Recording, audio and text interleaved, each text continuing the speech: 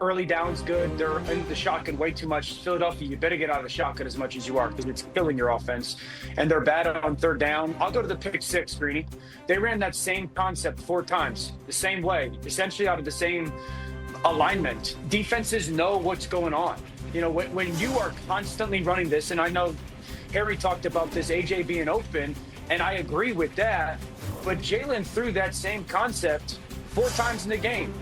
And so we could sit here and point fingers at the players and whatnot, and there's a reality. Here's the stretch. This is it, guys. I mean, there's that little stick route on the inside and flat route. That's early in the first quarter. You go a little bit later. There's that little stick route and flat route. Into the same side. Flott is sitting there watching it. Here comes a little motion. There's going to be that little stick route and flat route. I mean, they're running the same plays out of the same concepts, out of the same formations, and then this is the pick six. And so when you, as J-Mac knows this, you show these defenders the same thing all the time. Eventually, defenders know what's coming. Lane Johnson just said, we're not doing anything to make the defense guess. They're in the shotgun all the time. When you look at Saquon's alignment, it's going to tell you more often than not what the play is. They're running the same plays. The defense does not have a big plethora of plays to guess what they're running. They got to make a change because right now this offense is bad. I want to put the numbers up again for the new audience joining us here in our second hour of the show. Cindy, if we can, the numbers on the snaps from under center that we showed earlier, because, Dan, you talked about that yesterday, and you talked about it again here. The official number is going to say they ran 6 snaps from under center, but we don't count 4 of them because they were the tush push. So in conventional offense, they ran 46 snaps out of the gun, only 2 from under center. So, Dan, explain from a quarterback's perspective, from an offense's perspective, what the explanation for that is and why it is hurting their offense. Yeah, I don't know the explanation of why they're doing it. You know, these coaches are smart, so they understand that it's a necessity to go under the center a little bit. So I don't know from the coaching perspective why they're not doing it. Jalen Hurts has had a lot of success in a lot of different offenses. So there might be a reality where he's more comfortable in the gun, but it's not like he's incapable of going under center. And so I don't know why this year there's such a skew of it. And even the 2 times they were under center last night, Greeny, one of them was the push deviation where they just flipped it to Dallas Goedert. So it's really just one. This is how it's hurting their offense, okay? Number one, when you line up on first and second down in the shotgun as much as they do, if you watch the defensive line of the Giants, they're standing up, engaging with the defensive lineman, and just looking at what Jalen Hurts is doing with the ball. And when they're seeing Saquon's alignment that's slightly behind Jalen Hurts on first and second down, they're going, here comes run. And the Eagles are just abiding in that. Like, look at this. I told everybody, if you look at Saquon's toes, and they're even with Jalen Hurts' heels, they know the play. Look at the defense, guys. Look how downhill the defense is. The defensive line is just engaging. This is run. It's obvious run to these teams. And so everybody on the defense, they're not guessing. They're anticipating. If you look at the linebacker flow, there's no bootleg off of that. There's no keeper off of that. So that's the starting point, is the defense is anticipating what you're doing rather than guessing at what you're doing. The second thing is there's no play action element to this offense. There's no play action. There's no change of the defense. There's no change of the launch point. There's no stretch of it vertically and horizontally. They run the same plays. They run the same plays out of the same formations. That's so well put, and I hope everyone was with us yesterday because Dan gave you that tape yesterday. He literally showed you where Saquon is lined up is going to dictate what they run.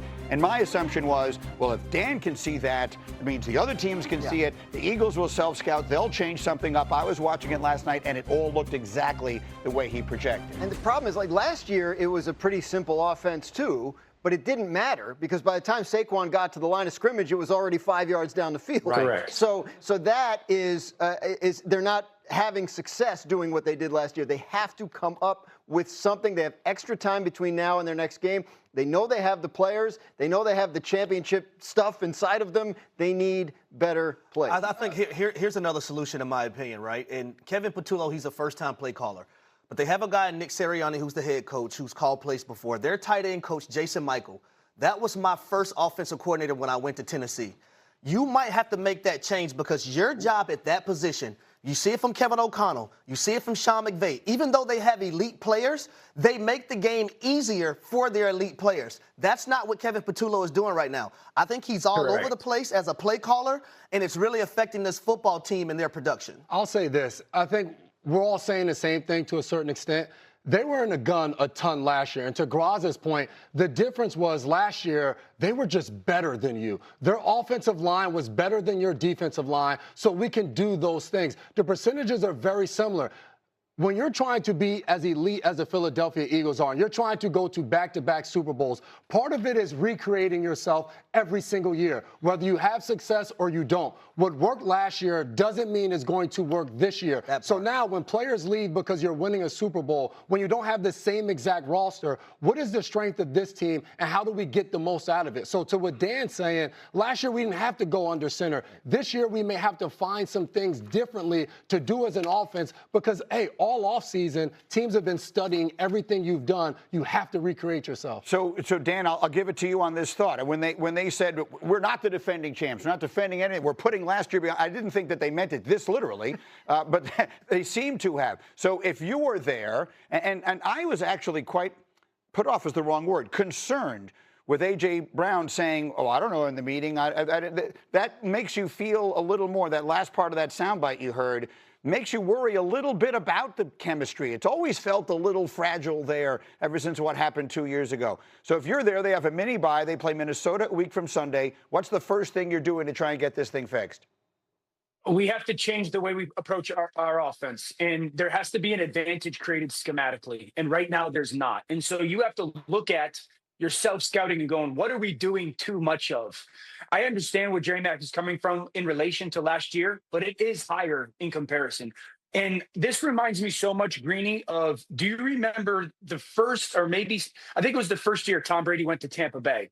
And we were talking about how they were just so reliant on my guy better than your guy, my talent better than your talent. Mm-hmm. And it was this hurdle that they had to get over of, no, you've got to create schematic advantage for your offense. And so I think that the things that they have to look at are, number one, can they run a little bit more of their offense from underneath center? Number two, can they incorporate a handful more play action plays in their offense? And then number three, can they figure out ways on third and obvious passing situations to not get absolutely embarrassed by the zone pressures, because right now they're the worst offense in the NFL handling it. All right, Orlovsky with us this morning. He's good enough to stay for another conversation as we get to the other side of this.